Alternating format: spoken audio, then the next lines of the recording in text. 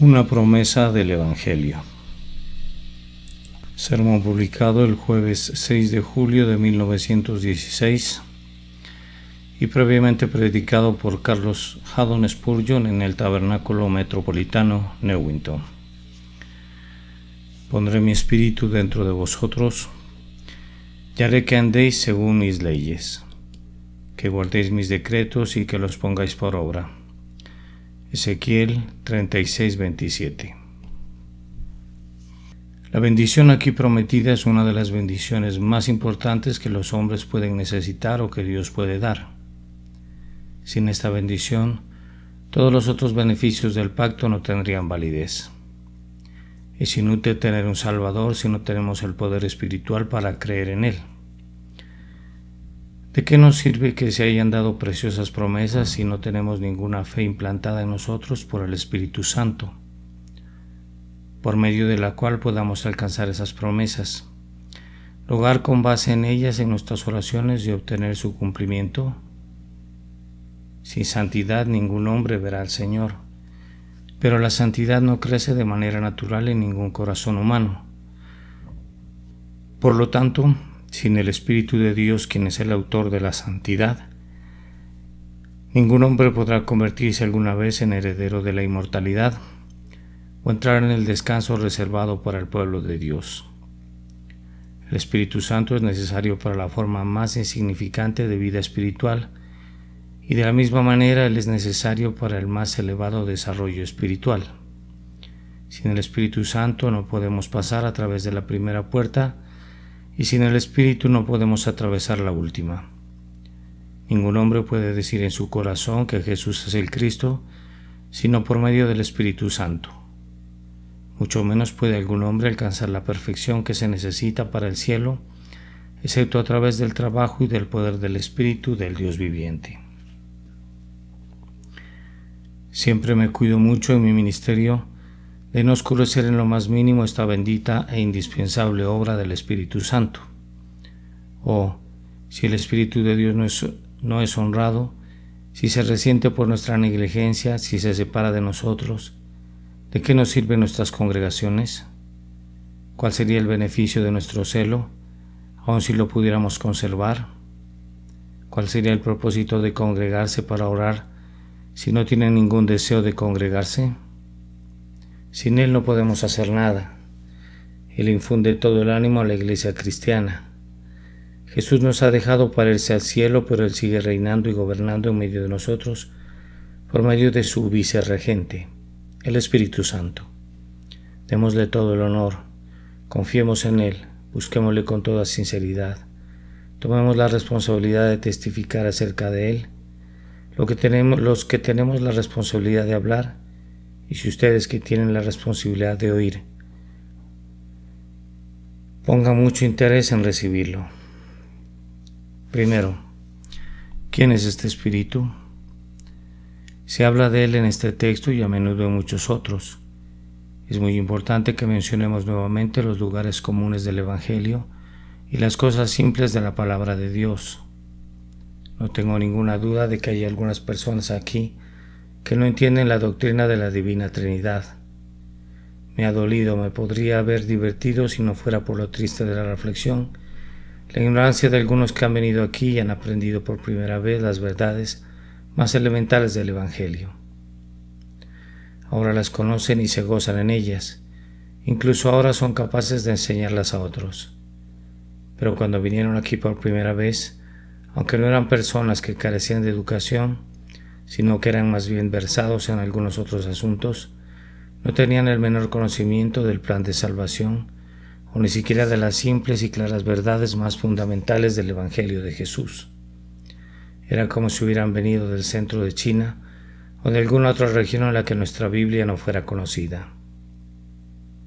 Entonces, es necesario que entiendan que el Espíritu Santo de quien a menudo hablamos es una persona.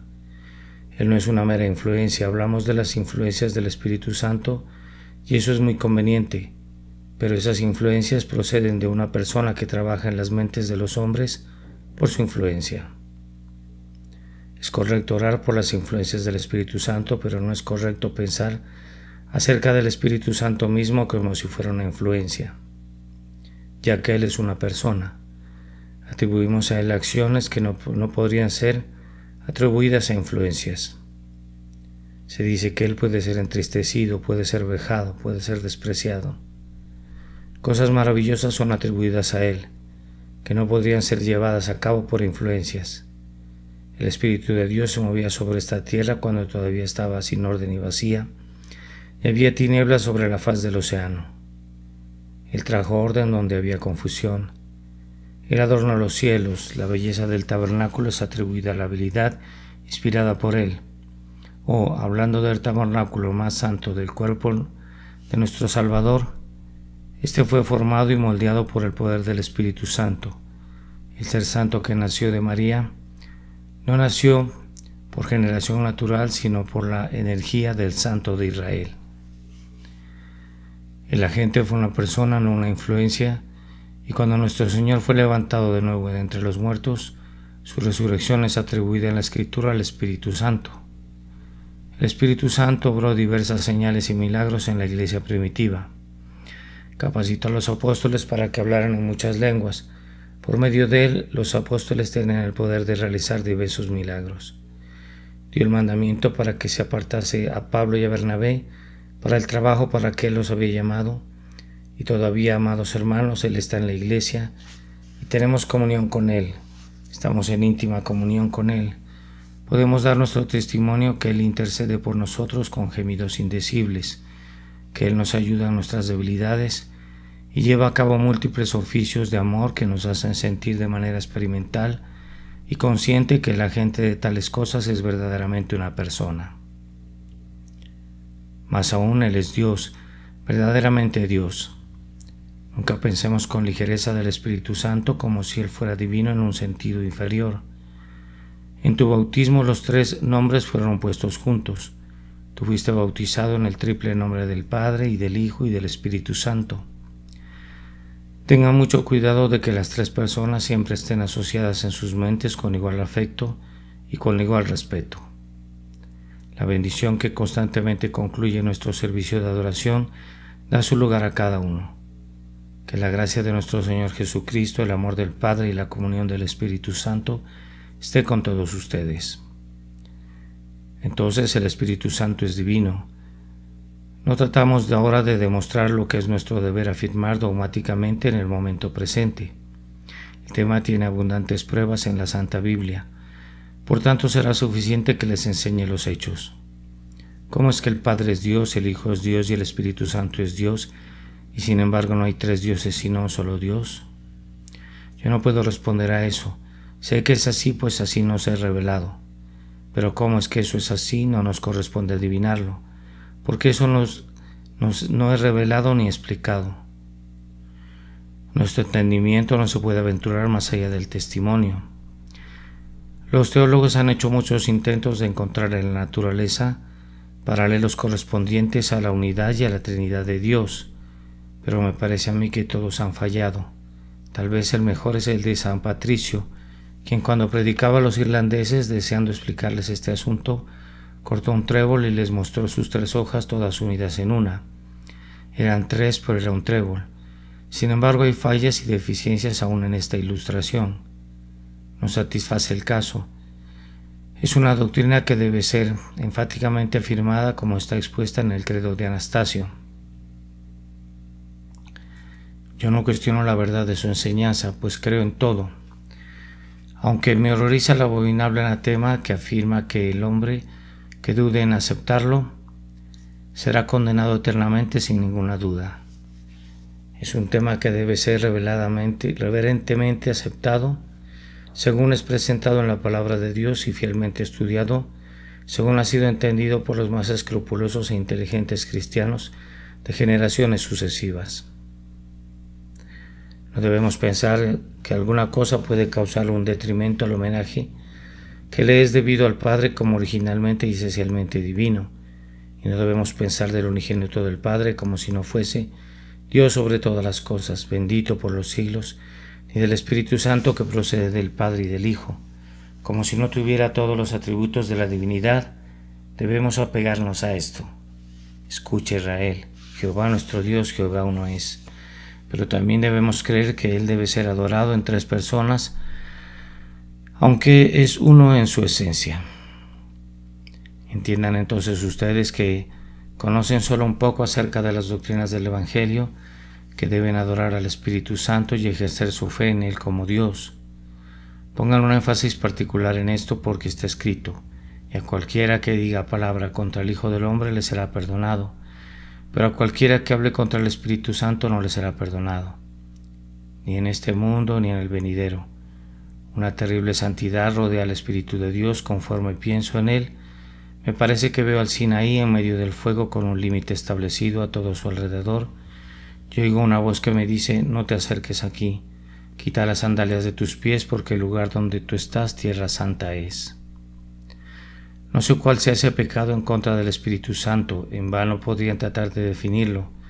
Está como un faro, como si Dios hubiera visto que una generación impía y de dura cerviz habría de dejar al Espíritu Santo, y aventurándose en la blasfemia. Por tanto, mientras toda manera de blasfemia será perdonada a los hombres, el pecado en contra del Espíritu Santo nunca les será perdonado.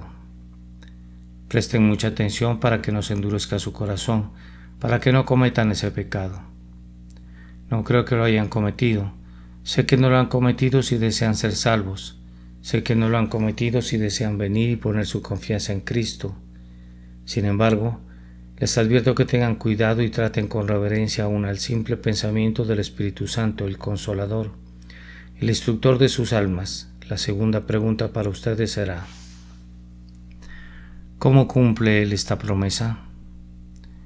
Entendemos por estas palabras que los que antes amaban al pecado serán movidos a amar a la justicia, que a quienes parecía muy difícil apartarse de sus caminos de maldad, serán inducidos a correr con presteza en el camino del mandamiento de Dios. Ahora es una gran cosa que esto se ha prometido y una cosa muy grande que pueda ser obtenido. Ningún poder humano puede lograr que esto ocurra. Con la misma facilidad que el etíope puede cambiar el color de su piel a un color blanco, o el leopardo se libra de sus manchas, el hombre que está acostumbrado a hacer el mal revierte toda la corriente de sus hábitos e instintos y aprende a hacer el bien. En otras palabras, es imposible que lo haga. El poder divino que diseñó al principio el alma del hombre debe remodelarla. Solamente el creador que hizo el instrumento puede afinarlo de nuevo o restaurar su armonía. Ninguna mano inexperta puede arreglarlo. La gente a veces critica la doctrina de la impotencia humana, pero yo les puedo garantizar que la evidencia real es mucho más convincente que la teoría abstracta. La experiencia pastoral práctica que algunos de nosotros hemos tenido muy pronto convencería a cualquiera que hay una amplia evidencia de la verdad de esa doctrina. Nos encontramos con quienes han sido despertados un poco en nuestras reuniones de oración y en los servicios de avivamiento. ¿Cuál creen ustedes que es lo primero en que debemos involucrarnos con ellos? Pues algunos de ellos nunca han tenido el hábito de pensar acerca de sus almas antes de esto, y en el momento en que comienzan a pensar de la misma manera que un joven que comienza a trabajar en el taller de un carpintero, que nunca antes ha visto ni siquiera las herramientas, se cortan y se hieren con cada herramienta que intentan manejar. Estas pobres almas nunca antes fueron introducidas al mundo espiritual. El autoexamen es una novedad para ellos. Si piensan en el pecado, caen en la desesperación, o si piensan en la misericordia, caen en la arrogancia. Cualquiera que sea la verdad que ponemos frente a ellos, la utilizan indebidamente y la pervierten. No parecen tener el sentido o el juicio para usar cualquier verdad de la manera correcta. Puedes enseñar al joven que busca con mucho de nuevo, pero vas a encontrar que es muy difícil guiarlo. Por ejemplo, si parece resuelta la desesperación, tratarás de consolarlo usando todos los argumentos que puedas, pero él se va a desesperar de todas maneras. Si ya ha tomado la determinación de hacerlo, algunos de ellos me recuerdan a ciertas liebres que los cazadores tratan de sacar de sus madrigueras. Parece que es inútil enviar a los perros tras de ellas. Cuando he usado argumentos para sacarlos de un hoyo, en el acto se refugian en otro, y cuando ya he tapado muchos hoyos y me he dicho a mí mismo, te voy a agarrar ahora, no puedes responder a eso. Súbitamente parecen encontrar otro yo diferente de falsedad y de engaño. Se han alejado de mí y todo mi trabajo se ha perdido. Entonces es cuando el pastor siente que tiene que tener el poder del Espíritu Santo para que le ayude, o de lo contrario el pecador que comienza a despertar y que está inquieto evadirá la conversión, se apartará de la vida eterna y va a perecer en su pecado.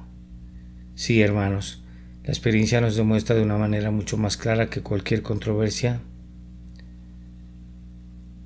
que es necesario reconocer la necesidad de la obra del Espíritu Santo. Y sí, simplemente cuando tratamos con las lecciones elementales de religión, encontramos una evidencia tan palpable de la incapacidad humana. ¿Cuánto más es esto válido cuando se trata de hacer que alguien que ama el pecado se convierta en un amante de la santidad? Puedes enseñarle las reglas de la mortalidad. Puedes enseñarle las reglas de la moralidad. Puedes presentarle los resultados inevitables del pecado. Lo puedes atraer con las recompensas de la virtud, pero la víbora es demasiado sorda a todos sus esfuerzos para atraerla, y cuando lo has intentado y lo has intentado y lo has intentado, ella todavía retiene su veneno y todavía es una víbora. Pero ¿cómo hace el Espíritu Santo esto? Él opera, es verdad, de muchas maneras. Lo hace a menudo por medio de su poder para dar vida. El Espíritu Santo es el autor de toda la vida espiritual. Si hablamos de regeneración, el Espíritu Santo es el Redentor. Ningún hombre puede recibir esa vida divina que viene a él en el nuevo nacimiento, si no es por el Espíritu de Dios. Somos levantados de nuestra muerte en el pecado a una vida nueva y santa por la obra del Espíritu Santo y solo por eso. Ahora, si alguno de mis lectores que ha sido incapaz hasta este momento de una vida santa o de servir a Dios rectamente debido a su depravación natural, recibe la vida del Espíritu Santo, ¿qué cambio se operaría en él de inmediato? Lo que no puede hacer quien está muerto espiritualmente, puede lograrlo con facilidad quien ha sido revivido espiritualmente. Cómo da vida al Espíritu Santo no lo sabemos.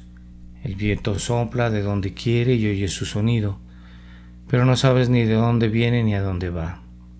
Así es todo aquel que ha nacido del Espíritu. Los efectos son lo suficientemente visibles.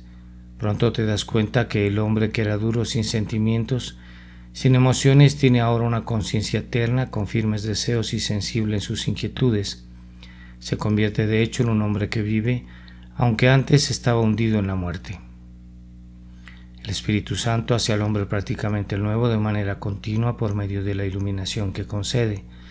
El hombre está ciego. El Espíritu Santo toca sus ojos con colirio espiritual y entonces comienza a ver. El pecador, con la Biblia en sus manos, aunque está ansioso por entenderla de inmediato, se confunde en medio de sus doctrinas y preceptos si está separado de las instrucciones de ese bendito comentarista, el Espíritu Santo.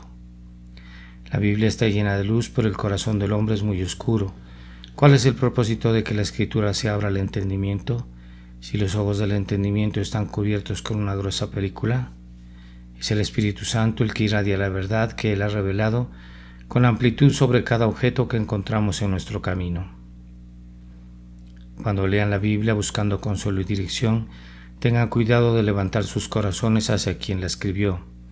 De igual manera que el escritor es el que mejor entiende por sus propios libros, así el Espíritu que inspiró el libro les permite entender el significado secreto de lo que ha sido registrado por las plumas de los hombres inspirados por Dios. Apóyense en Dios para recibir su instrucción. Su instrucción los guiará con toda certeza a la santidad, pues Él les instruye en relación a la maldad del pecado. Él les permite ver toda su perversidad, su falta de mérito, su ingratitud y su infamia.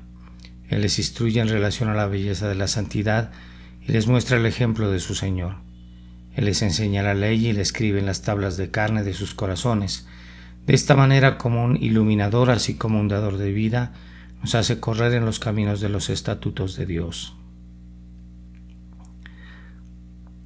Más aún, el Espíritu Santo opera como un consolador. Muchos se sienten miserables por causa de sus pecados, pero no quieren renunciar a ellos. Conocemos a personas que continúan en sus transgresiones porque no tienen ninguna esperanza de recibir alguna vez el perdón de sus delitos pasados. Pero cuando el Espíritu de Dios infunde el consuelo santo en la mente del pecador desesperado, Entonces se dice a sí mismo: no voy a desperdiciar mi vida. Después de todo, no es conveniente que yo, que tengo un mejor destino ante mí, viva como esos que han resuelto seguir sus propias concupiscencias, indiferentes a las consecuencias, esos que han hecho un pacto con el infierno y una alianza con la muerte. No, 1000 veces no. Si Dios hace todo esto por mí y me trae a su amado Hijo y me habla de perdones comprados con sangre, entonces me apartaré de mis viejos pecados y de ahora en adelante será mi gozo servir con todas mis fuerzas al amigo celestial que me ha amado tanto. El Espíritu Santo es siempre el consolador para su pueblo. ¿Alguno de ustedes está triste? ¿Acaso esa tristeza te lleva a la incredulidad y esa incredulidad actúa en ti como una tentación para el pecado? Recurre al Consolador para que quite la raíz del mal. Así andarán en el camino de los mandamientos de Dios, porque Él ha engrandecido sus corazones y guiado sus pasos. El Espíritu Santo también obra en los corazones de algunos como un intercesor, ayudándolos en sus oraciones. Algunos de ustedes se encuentran abatidos y desalentados porque no pueden orar. O piensan: si solo pudiera orar. Cuántas ideas extrañas poseen las mentes de la gente en relación a la oración. Alguien me tomó la mano el otro día y me dijo: quisiera orar como ora usted, Señor, pero yo no puedo orar. Pobre alma. Cuando vi sus lágrimas y escuché cómo imploraba a Dios, a pesar de la manera entrecortada en que lo hacía, sentí el deseo de poder orar como lo hizo él en ese momento. ¿De qué sirven las palabras adecuadas, las frases finas y el lenguaje fluido? Muy a menudo todas estas cosas me parecen ser logros tan engañosos que quisiera ardientemente prescindir de ellos para poder decir entre tartamudeos los deseos de mi alma y sentir que soy mucho más sincero, puesto que no puedo encontrar una expresión para vestir mi pensamiento. Oh no, el Señor no exige largos discursos, un gemido, un suspiro, un sollozo que parece crecer en tu alma y que se hace demasiado grande para encontrar una vía de salida. Eso es una oración.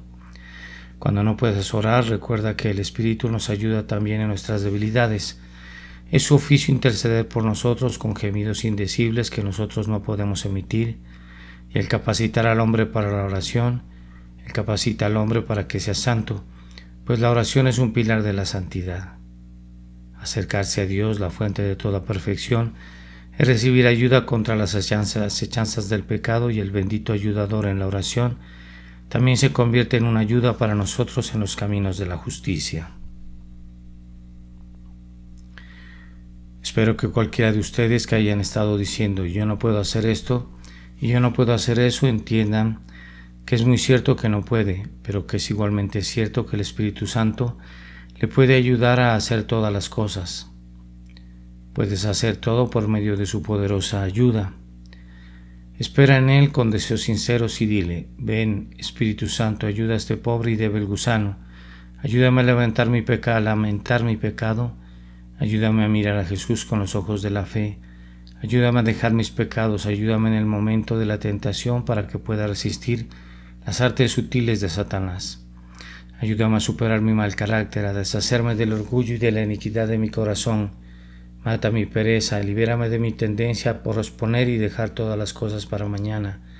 Dame la capacidad para decidirme por Cristo en este mismo momento y venir totalmente culpable como soy, para lavarme en la fuente de su sangre preciosa para que pueda ser salvo. Les digo que el oficio del Espíritu Santo es hacer todo esto. Él nunca está tan contento, si me permiten usar una frase así relacionada al siempre bendito, como cuando al dar la vida, la iluminación y sus influencias consoladoras está trayendo a las pobres almas culpables a Jesús y por él a los caminos de la santidad. Más aún, uno de los propios oficios del Espíritu Santo es santificar al pueblo de Dios. Jesucristo nos da la justicia que nos justifica, que es imputada a nosotros.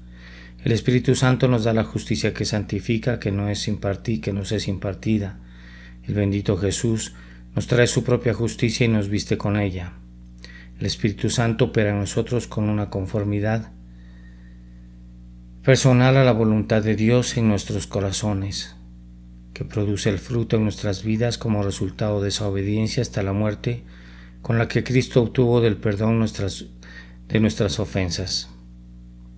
y pagó la alta obligación de su obediencia a los que nosotros estábamos obligados. Esta santidad no es la santidad de Cristo, como algunos vanamente afirman, sino una santidad personal operada en nosotros por la obra del Espíritu Santo. Ustedes, queridos lectores, tal vez se han dicho a ustedes mismos: yo no puedo ser salvado porque no soy santo. La verdad es que no puedes ser santo porque no eres salvo, pero ser salvo tiene que venir primero. La santidad no es nunca la raíz, siempre es el fruto, no es la causa, es el efecto. Debes venir a Cristo tal como eres y confiar en Él, y después de Él te dará el Espíritu Santo para que ponga en ti el nuevo corazón, el nuevo deseo, y para hacerte una nueva criatura. Tú dices: yo no puedo hacerme santo a mí mismo.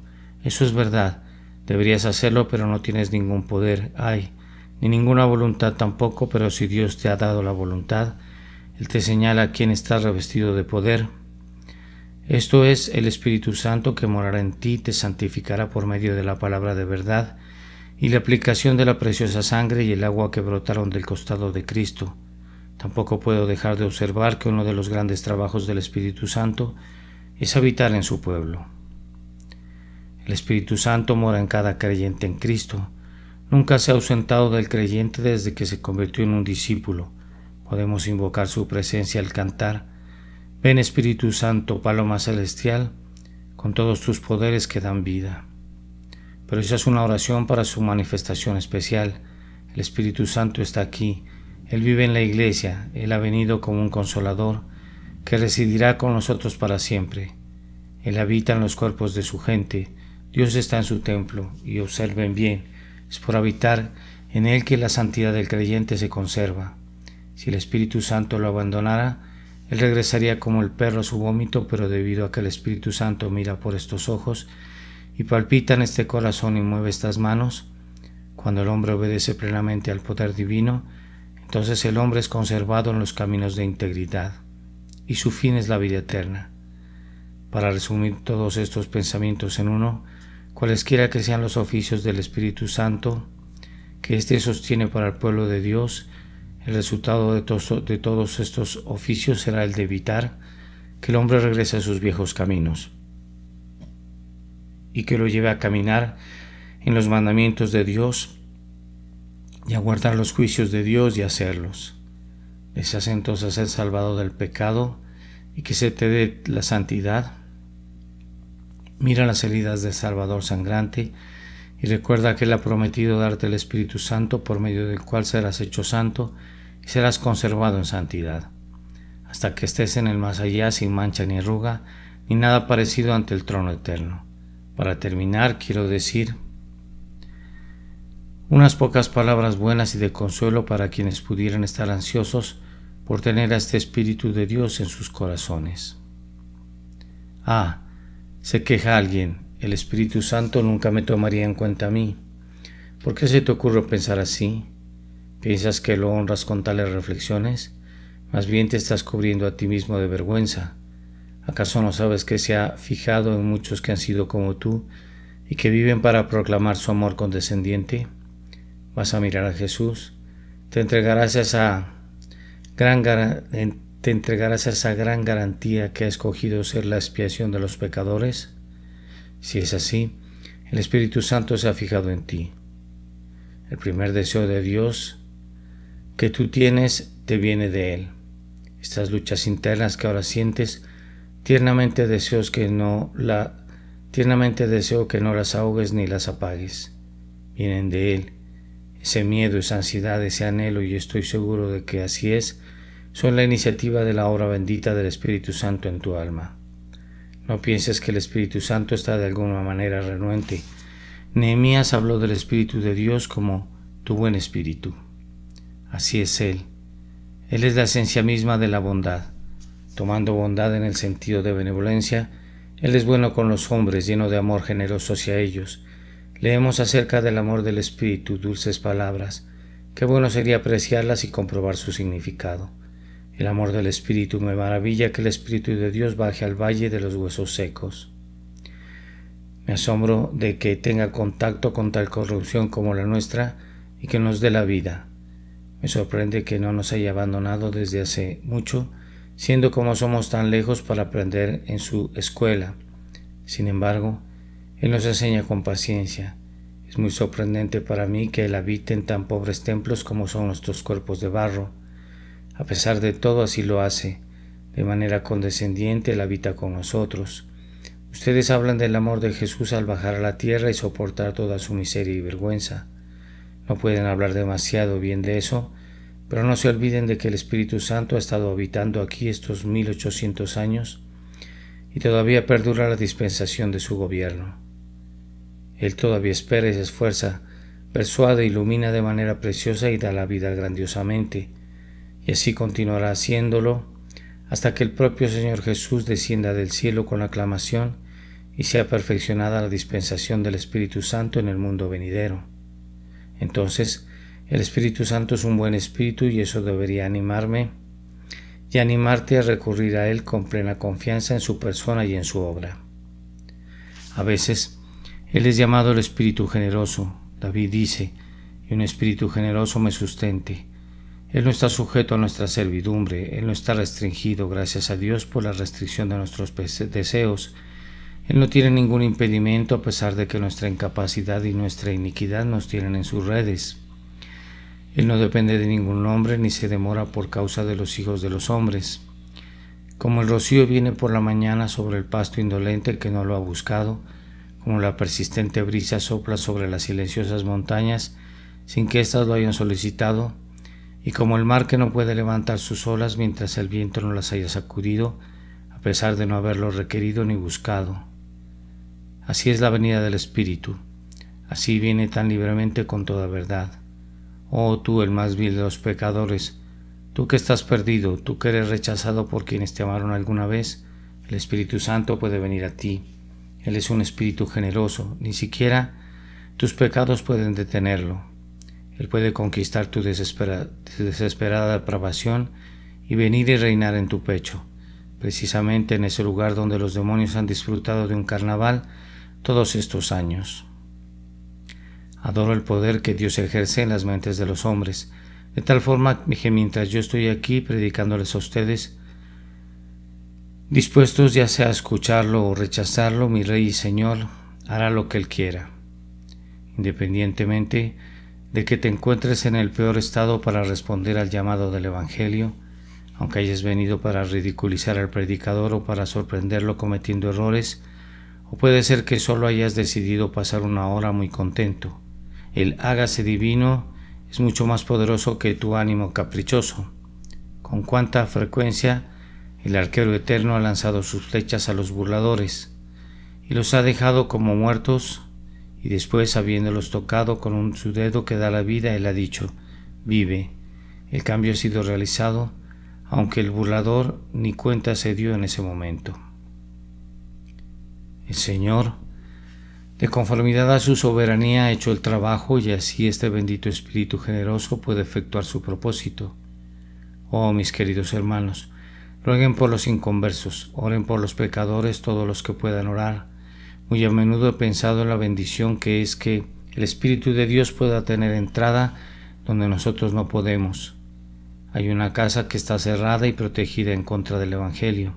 El empresario del barrio tal vez afirma que cualquiera de sus servidores que vaya al templo será despedido. Él se encargará de no tener en ningún lugar de su distrito nada de estos grupos fanáticos. Pues bien, Señor, si usted se propone mantenerlos alejados, va a necesitar muchísimos vigilantes, pues como usted muy bien sabe, si hay un dulce perfume en su casa, debe utilizar toda su diligencia para conservarlo herméticamente sellado, o de lo contrario se escapará y esparcirá su olor de manera creciente por toda la habitación. El nombre de Jesús es como perfume derramado, tiene capacidad para una maravillosa difusión. Muy pronto el empresario va a descubrir que una de sus empleadas ha contraído esa dulce infección. Desearía correrla, pero ella es tan magnífica empleada que no puede permitirse el lujo de perderla. Y yo me he dado cuenta que la gracia de Dios que trae la salvación es divinamente contagiosa. En las familias, en los barrios, en las comunidades, en las grandes ciudades se va a esparcir con una extraña rapidez. Una o dos conversiones, como las gotas de lluvia, presagian un aguacero. Conocía a un hombre que quemó todas las Biblias que tenía en su casa. Por lo menos él pensó que las había quemado todas, pero tenía 2 hijas que escondieron sus respectivas Biblias bajo sus almohadas. Cuando él se enteró de esto, se puso furioso. ¿Qué pensaba hacer? No lo sabemos. Finalmente su esposa le dijo que ella compartía el punto de vista de sus hijas y se puso de su lado. Ah, bien, dijo él. Es una molestia que no puedan vivir sin ser molestado con esta religión. Sí, y por la gracia de Dios ellos no podrán vivir sin ser molestados. Sí, ellos no quieren venir y escuchar la palabra de boca del ministro. La escucharán de alguna otra manera. Algún folleto llegará a quien no escuchó un sermón y media frase bastará para hacer pedazos una roca para la que no hubieran servido los llamados hechos desde el púlpito. Tengan ánimo entonces ustedes que buscan la salvación de otros y ustedes mismos que están muy lejos de Dios. No se desesperen, pues el Espíritu de Dios es un Espíritu generoso. Él puede venir a ustedes. Muy poderoso también es el Espíritu de Dios, de la misma manera que es bueno y generoso. No hay forma de obstinación humana que Él no pueda vencer. Algunas de las operaciones del Espíritu Santo pueden ser resistidas y derrotadas. Esto lo digo sin sentir que estoy manchando su divinidad. Un hombre puede ser muy fuerte pero no mostrar toda su fortaleza, y si muestra solo un poco de su fuerza, hasta un niño puede ser capaz de vencerlo. Tal vez tiene toda la intención de que sea así. Así el Espíritu Santo en sus operaciones comunes es vejado y entristecido y apagado por los impíos. Pero sucede todo lo contrario cuando Él viene, para que conozcamos cuál es la inmensurable grandeza de su poder para con nosotros los que creemos. O cuando el Señor muestra extendiendo su brazo a los ojos de todo su pueblo, entonces el Espíritu viene como un espíritu de poder irresistible. ¿Quién detendrá su mano o será capaz de decirle: ¿qué haces? Vean cómo Saulo de Tarso, echando espuma por la boca contra la iglesia de Dios, clama: ¿qué debo hacer para ser salvo? ¿Quién eres, Señor? Enseguida se levanta para ser llevado de la mano durante 3 días con su corazón quebrantado en busca de la luz del rostro de Dios. Cuán pronto puede convertir Dios a los más fieros perseguidores en los más sinceros predicadores del Evangelio. Tengan ánimo, queridos amigos, en relación a la causa de Dios en el mundo, y veremos aún cosas mayores si las pedimos con fe y las esperamos con fidelidad. Si Dios no levanta hombres buenos de los seminarios para predicar el Evangelio, los encontrará en las bodegas y en las oficinas de nuestros comerciantes. Y si estos no se encuentran, los llamará de lo más bajo, de la escoria de la población. Inclusive puede ser de las madrigueras y escondrijos de los ladrones, si no están en otra parte. ¿Quién dice que no nos pueda provocar a celos usando a gente de lengua extraña? Mi Señor sabía cómo encontrar a Lutero entre todos los monjes y pescar a algunos de los más nobles reformadores de entre los sacerdotes idólatras, y Él puede hacer lo mismo de nuevo. La Iglesia puede alcanzar un nivel muy bajo en su marea, pero sin importar cuán bajo sea ese nivel, la Iglesia, como una galera con remos, tendrá la capacidad de flotar. No se estrellará contra las rocas. Tengan esperanza, soldados de Cristo, mientras el ministerio del Espíritu Santo pueda ser invocado. Ni siquiera piensen en la desesperación. Oh pecador, hay esperanza para ti. Sin importar cuán descarado y perverso hayas sido, si tú no puedes enmendar tus caminos ni cambiar tu corazón, Él puede hacerlo por ti.